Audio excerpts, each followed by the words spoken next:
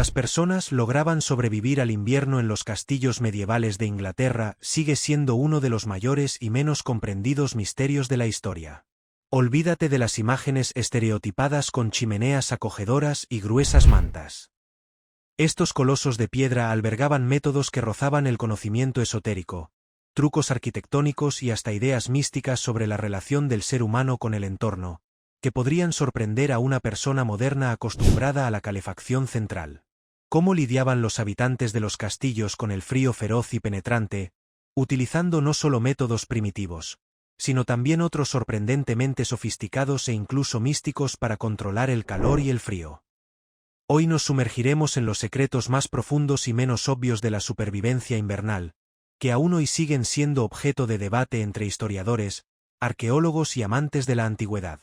Exploraremos no solo las soluciones ingenieriles, sino también los aspectos psicológicos, prácticas culturales y hasta supersticiones que ayudaban a los habitantes de los castillos a sobrevivir los meses más duros de frío.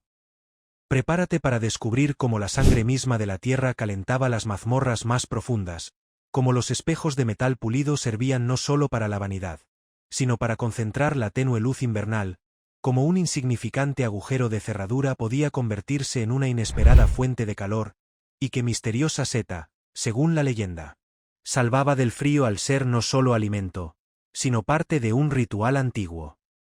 Quédate con nosotros y descubrirás que la vida invernal en un castillo medieval era mucho más extraña, compleja y misteriosa de lo que podrías imaginar. Llena de secretos que se transmitían de generación en generación, se perdían en el tiempo y se convertían en leyendas. Rara vez pensamos en lo que ocurre bajo los cimientos de las enormes murallas de un castillo medieval. Ocultas a la vista, protegidas de los rayos del sol y del viento invernal que corta como cuchilla, se encontraban las mazmorras profundas, las criptas y los calabozos que, a primera vista, parecían fríos, húmedos y lúgubres. Pero en realidad, podían funcionar como una fuente inesperada, e incluso paradójica, de calor relativo durante los inviernos más gélidos. De acuerdo con estudios geológicos modernos y datos termográficos, a cierta profundidad, por lo general a varios metros bajo tierra, la temperatura del suelo se mantiene relativamente constante durante todo el año, gracias al calor geotérmico que emana del interior del planeta. Este fenómeno es causado por el flujo natural de calor desde las profundidades terrestres, que mantiene las capas subterráneas a una temperatura constante, aunque baja. Mientras en la superficie todo se congelaba, los ríos formaban gruesas capas de hielo y ni los abrigos más pesados protegían del frío cortante. Las cámaras más profundas y aisladas bajo tierra podían mantenerse por encima del punto de congelación. A veces incluso generaban un efecto similar al de calefacción por suelo radiante en las habitaciones ubicadas justo encima.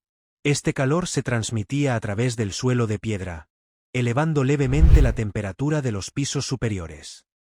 Estos bolsillos térmicos subterráneos no solo se utilizaban para almacenar suministros delicados a los cambios de temperatura, como vino, granos, vegetales, encurtidos y carnes, los cuales podrían estropearse o congelarse arriba, sino que también servían como refugio temporal en noches de heladas extremas. Cuando ni siquiera las paredes de varios metros de grosor del castillo eran capaces de bloquear el viento helado, especialmente en zonas remotas o mal calefaccionadas, las profundidades ofrecían protección. Los señores del castillo, sus familias, criados e incluso la guarnición podían descender a estos espacios para pasar las noches más frías, encontrando abrigo bajo la tierra, como si fuera la propia sangre del planeta la que no les permitía congelarse del todo. No era solo refugio. Era un espacio de recuperación, un lugar para evitar la hipotermia. Para los niños y los enfermos, los más vulnerables al frío, estas zonas cálidas relativas podían representar la diferencia entre la vida y la muerte. Incluso se especula que algunos castillos construidos sobre fuentes naturales de calor subterráneo, como aguas termales o fallas geológicas activas, podían contar con túneles o conductos especialmente diseñados para canalizar corrientes de aire caliente desde las profundidades hacia los niveles superiores del castillo. Estos conductos térmicos podían estar camuflados o integrados en el sistema general de ventilación, dirigiendo el aire cálido hacia las salas principales o dormitorios. No se trataba solo de supervivencia. Era una especie de simbiosis con la propia Tierra. Un uso intuitivo, aunque no científico, de la energía oculta y constante del subsuelo. Las personas del medievo tal vez no comprendían estos fenómenos en términos de geología moderna, pero su experiencia y observación acumulada durante siglos les permitió aprovechar al máximo las particularidades del entorno para sobrevivir en condiciones que hoy nos parecerían insoportables. Estas prácticas revelan no solo una gran habilidad técnica, sino una conexión profunda, casi mística, entre el ser humano medieval y las fuerzas naturales que lo rodeaban. Durante los inviernos más crudos, cuando los ríos y manantiales superficiales se congelaban por completo y derretir nieve resultaba ineficiente debido a su baja concentración de agua, el suministro de agua en los castillos medievales se convertía en un verdadero desafío. Además de recurrir al uso tradicional de cerveza, sidra y vino como bebidas principales, menos propensas a congelarse y consideradas más seguras debido a la fermentación. Algunos castillos podrían haber contado con pozos secretos o cisternas subterráneas construidas con un propósito muy específico. Estudios arqueológicos e históricos han revelado la existencia de estas estructuras diseñadas para recolectar humedad por condensación. Esta humedad no provenía de fuentes externas, sino del propio aliento de las personas y animales que vivían constantemente dentro del castillo, así como de los vapores emanados por los muchos hogares, fogones y cocinas. En el aire frío pero húmedo que se acumulaba dentro de las gruesas murallas de piedra, la humedad de la respiración, del humo de la comida, de la ropa mojada e incluso del suelo de los pisos inferiores, se condensaba al entrar en contacto con las frías paredes de piedra de estos pozos especialmente construidos. Estos pozos verticales o cámaras subterráneas funcionaban como una especie de refrigerador gigante. La diferencia de temperatura entre el aire interior, relativamente cálido y húmedo, y las paredes frías de piedra provocaba una condensación intensa. El vapor de agua se enfriaba y se transformaba en diminutas gotas que lentamente se deslizaban por la piedra hasta acumularse en el fondo. Este proceso, aunque lento, permitía recolectar agua relativamente limpia sin necesidad de energía adicional. Y lo más importante, como esta agua se acumulaba en lo profundo de la tierra, no se congelaba con la misma rapidez que el agua superficial, lo que la convertía en un recurso vital durante las heladas extremas. Era, en esencia, una trampa de hielo pasiva que aprovechaba las leyes fundamentales de la física: condensación, gravedad y diferencias térmicas. En algunos casos, estos pozos estaban conectados a sistemas primitivos de ventilación o a ductos de aire que dirigían el aire cálido y húmedo desde zonas habitadas, como cocinas, salones o incluso establos, hacia las cámaras subterráneas, aumentando así significativamente la cantidad de condensado recolectado. Este ingenioso sistema maximizaba la producción de agua sin necesidad de esfuerzo físico ni combustibles. No se trataba solo de una solución ingenieril. Era prueba de una comprensión profunda de los procesos naturales y su aplicación intuitiva para sobrevivir en las condiciones más adversas. La genialidad de estos sistemas les otorgaba un halo casi místico, realzando la capacidad de los ingenieros medievales para adaptar su arquitectura a los desafíos de la naturaleza, usando recursos mínimos pero con máxima creatividad. Es probable que muy pocas personas conocieran estos pozos, ya que formaban parte de los secretos del castillo que se transmitían de generación en generación. Esto los hacía aún más valiosos y misteriosos como recurso de supervivencia. En los castillos más ricos, donde no solo se disponía de metales preciosos, sino también de superficies meticulosamente trabajadas y pulidas, de estaño brillante, cobre reluciente, e incluso plata o bronce altamente pulido. Estos objetos cumplían funciones que iban mucho más allá de la decoración, el estatus social o la vanidad. Estos metales reflejantes se usaban como concentradores solares primitivos, capaces de capturar y redirigir hasta el más débil rayo del sol invernal. En los días despejados pero traicioneramente fríos del invierno, cuando el sol apenas se asomaba en el horizonte y sus rayos eran difusos, inofensivos frente al viento cortante, grandes placas metálicas pulidas, escudos ceremoniales decorativos e incluso superficies cóncavas especialmente construidas se colocaban estratégicamente cerca de ventanas o nichos profundos. Su ubicación no era casual. Se pensaba cuidadosamente para reflejar y concentrar esa escasa luz solar sobre áreas clave de las habitaciones. Podía tratarse del escritorio de un artesano, un rincón donde reposaba el señor del castillo, o un pequeño espacio para que una persona intentara calentarse. Imagina esto. En un gran salón helado del castillo, de repente aparece un rayo delgado pero brillante de luz solar reflejada, trayendo consigo no solo claridad visual, sino también un calor apenas perceptible, pero profundamente reconfortante. Claro, este método no podía calentar una sala entera, ni competía con una chimenea, pero si elevaba la temperatura local unos cuantos grados, lo suficiente para calentar ligeramente los dedos entumecidos, trabajar con precisión o simplemente sentir que el sol todavía existía. Ese pequeño rincón cálido se convertía en un oasis dentro de un mundo gélido, como un bendito toque solar, casi místico, que devolvía la esperanza en medio del letargo invernal. Para los habitantes de la Edad Media, sin acceso a fuentes de energía potentes, el uso de la luz y el calor natural era tanto un acto de supervivencia como una demostración de comprensión intuitiva de las fuerzas naturales. Con el tiempo, durante la Baja Edad Media y el Renacimiento, los arquitectos fueron perfeccionando estas técnicas. Algunas ventanas de las habitaciones más importantes se diseñaron con inclinaciones internas pulidas, de cal, mármol o piedra clara, para amplificar la reflexión de la luz hacia el interior. Esto no solo aumentaba el brillo visual, sino que también creaba la ilusión de calidez y reducía el impacto psicológico de los meses oscuros. Estas estrategias demuestran no solo ingenio técnico, sino también un deseo innato por la belleza y la funcionalidad. Aquella delgada línea de luz solar no era solo un rayo. Era una alquimia luminosa, un acto casi mágico que transformaba el frío invernal en vitalidad. Más allá de los gruesos muros de piedra, en los fríos y húmedos bosques envueltos en neblina que rodeaban los castillos, la naturaleza escondía una fuente de luz única, casi mística, que las personas podían usar para orientarse en la más absoluta oscuridad. Se trataba del llamado fuego fatuo o foxfire. Un resplandor tenue, verdoso azulado, casi fantasmal, que emergía de la madera podrida afectada por ciertos tipos de hongos bioluminiscentes. Los responsables más comunes de este fenómeno eran los hongos del género Armillaria, conocidos como setas de miel, o el Panellus stypticus, entre otros. El micelio de estos hongos penetraba profundamente en la madera muerta, y durante su descomposición liberaba sustancias químicas que reaccionaban con el oxígeno del aire, generando lo que se conoce como luminiscencia fría, una luz sin calor. Imagina la escena.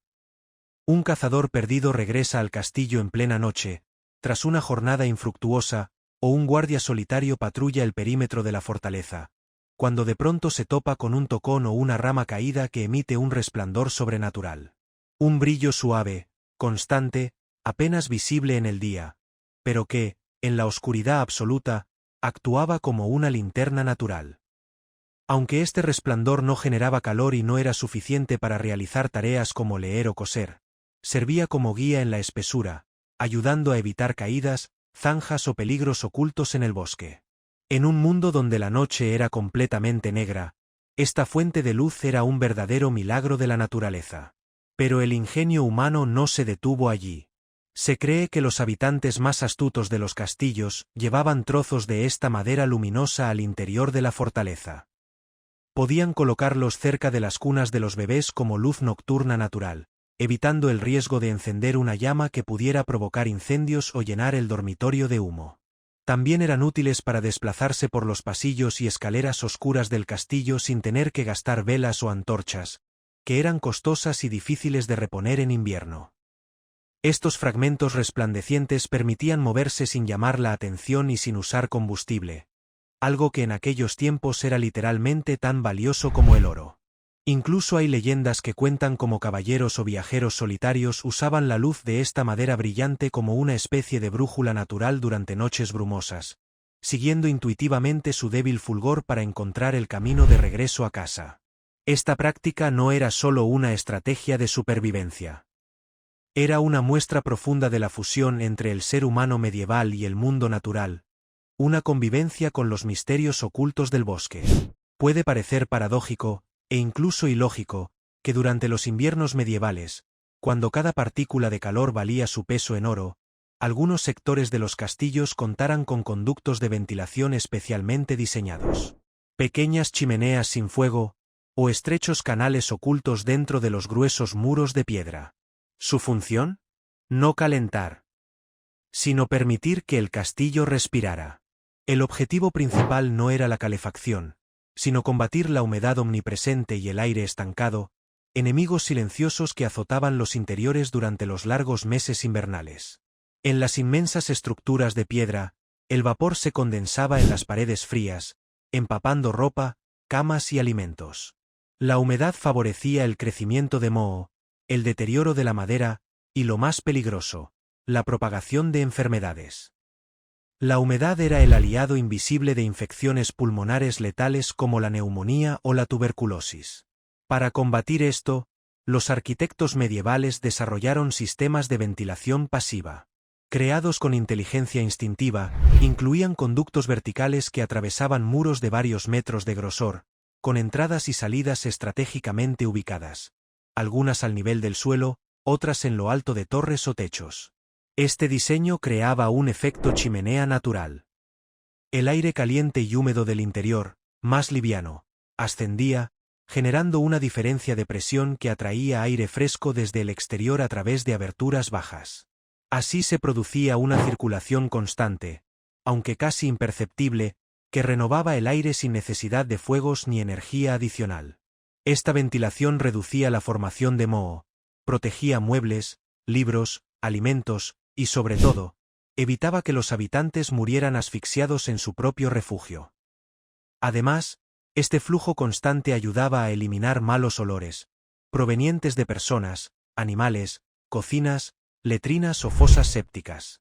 Era una mejora vital en la calidad del aire dentro del castillo, especialmente cuando las personas pasaban semanas sin salir al exterior.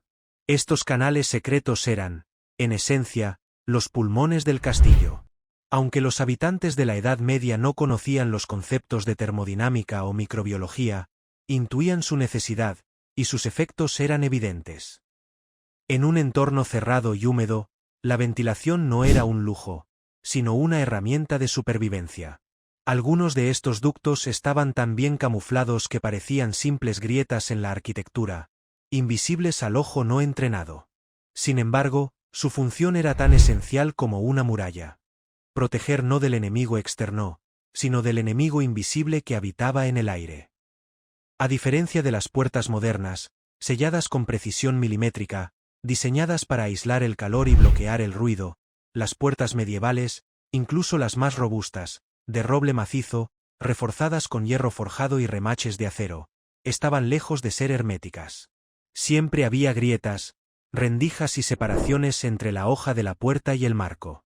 La madera se encogía, se hinchaba, se agrietaba, y eso abría pequeños pero constantes pasajes de aire. En ese contexto, un detalle aparentemente menor, como el agujero de la cerradura, podía desempeñar un papel crucial, aunque no evidente, en la ventilación y seguridad de una habitación cerrada. Aunque para muchos solo se trataba de una abertura funcional para insertar una llave, en realidad, por ese orificio, y por las múltiples rendijas del marco, fluía una corriente de aire sutil pero constante. Durante el invierno, esa brisa se sentía como una molesta corriente helada que hacía tiritar a los habitantes, obligándolos a cubrirse con pieles, mantas y a maldecir el frío, pero esa corriente salvaba vidas. En las grandes salas mal ventiladas, donde ardían enormes chimeneas consumiendo oxígeno y liberando humo, esa pequeña entrada de aire frío era vital. Servía como un microsistema de respiración, permitiendo que el fuego siguiera ardiendo, y más importante aún, que no matara a quienes estaban alrededor. ¿Por qué? Porque donde hay combustión, especialmente con leña o carbón, también hay riesgo de monóxido de carbono, un gas invisible, inodoro y letal, producto de una combustión incompleta. Si una habitación estaba cerrada herméticamente, el monóxido se acumulaba lentamente, provocando somnolencia, desmayos, y finalmente la muerte. Ese pequeño flujo de aire, que entraba por la cerradura y otras grietas, permitía el ingreso de oxígeno y al mismo tiempo evitaba la acumulación de gases tóxicos. Era, literalmente, una rendija por la que se colaba la vida. Los habitantes medievales no comprendían la química de la combustión ni la toxicidad del monóxido de carbono, pero lo intuían. Sabían que había que dejar respirar la habitación. Por eso, muchas veces, aunque el frío fuera intenso, no sellaban por completo las puertas. La cerradura, junto con otras pequeñas aberturas, se convertía en un punto de equilibrio entre el calor y el aire puro, entre el confort y la seguridad. Este detalle demuestra cómo hasta el más insignificante elemento arquitectónico podía tener una función oculta pero fundamental, especialmente en un entorno donde la tecnología era limitada y la naturaleza se imponía con ferocidad.